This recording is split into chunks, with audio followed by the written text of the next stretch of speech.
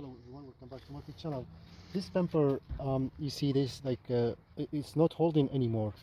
So I thought maybe I found like a way to fix it quickly without spending money or spending more time or so. And I gonna use epoxy. This is a epoxy component. It sits clear, and it's 5 minutes epoxy. And this metal, wood, glass, plastic, and so on. So I'm just gonna try. It's my first time. If it's gonna work, it's gonna save me money, time, and a quick fix. And I also need a duct tape. This one will hold this one together. See, I can move it a little bit, but as you see now. So let's do that.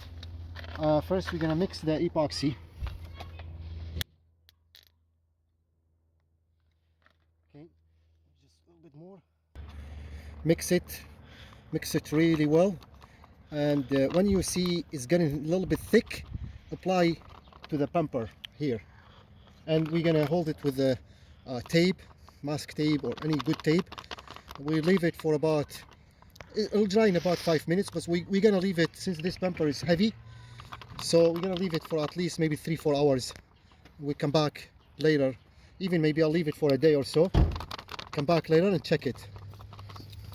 After mixing it well, it's time to apply.